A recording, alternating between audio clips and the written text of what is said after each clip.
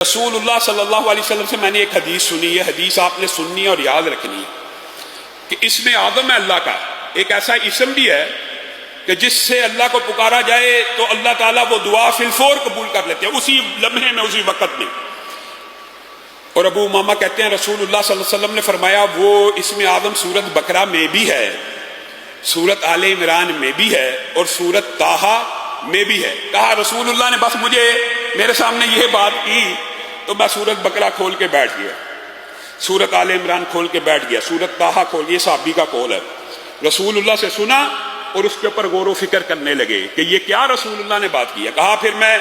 سورت بقرہ کی اس آیت پہ پہنچا، اللہ لا الہ الا هو الحی القیوم، تو میرے ذہن میں آیا کہ اسی سے ملتی جلتی دو آیتیں آل عمران میں اور طٰہٰ میں موجود ہے، الف لام میم، اللہ لا الہ الا هو الحی القیوم وَأَنَتِ الْوُجُوهُ لِلْحَيِّ الْقَيُّومِ، یہ تینوں آیتیں کہا مجھے مل گئی اور مجھے پکا یقین ہو گیا، یعنی تینوں آیتوں میں کیا چیز ایک سی ہے۔ اسی وجہ سے محدثین نے،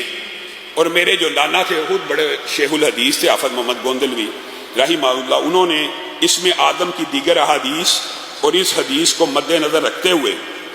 ایک وظیفہ لوگوں کو بھی اور ہماری فیملی کو بتایا کرتے تھے، اور وہ کہتے تھے کہ مجھے یقین ہے، جیسے یہ ابو امامہ کی حدیث کے الفاظ ہے اور دیگر بھی اسم آدم کے حوالے سے 3 حدیثیں موجود ہیں، میں یہ سمجھتا ہوں کہ کوئی شخص اگر اسم آدم کو پانا چاہتا ہے تو وہ یوں کہے بسم اللہ الرحمن الرحیم، یہ بسم اللہ الرحمن الرحیم بھی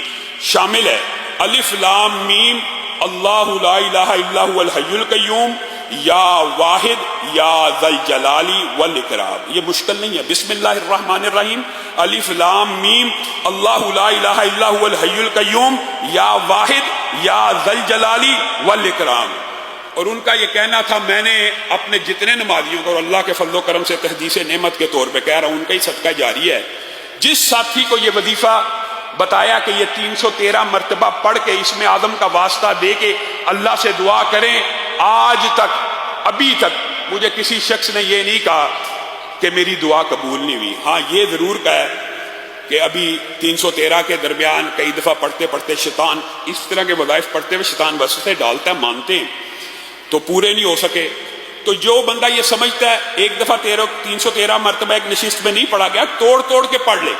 کوئی حرج کی بات نہیں ہے، 7 دن 8 دن آپ تجربہ کر کے دیکھ لیں، یہ 313 مرتبہ اسم آدم کا وظیفہ پڑھیں، اور کوئی بھی دعا جو آپ سمجھتے ہیں، علماء کے پاس آتے ہیں دعا کرانا شرعی وسیلہ جائز وسیلے کی قسم ہے، لیکن آپ خود کیوں نہیں کرتے؟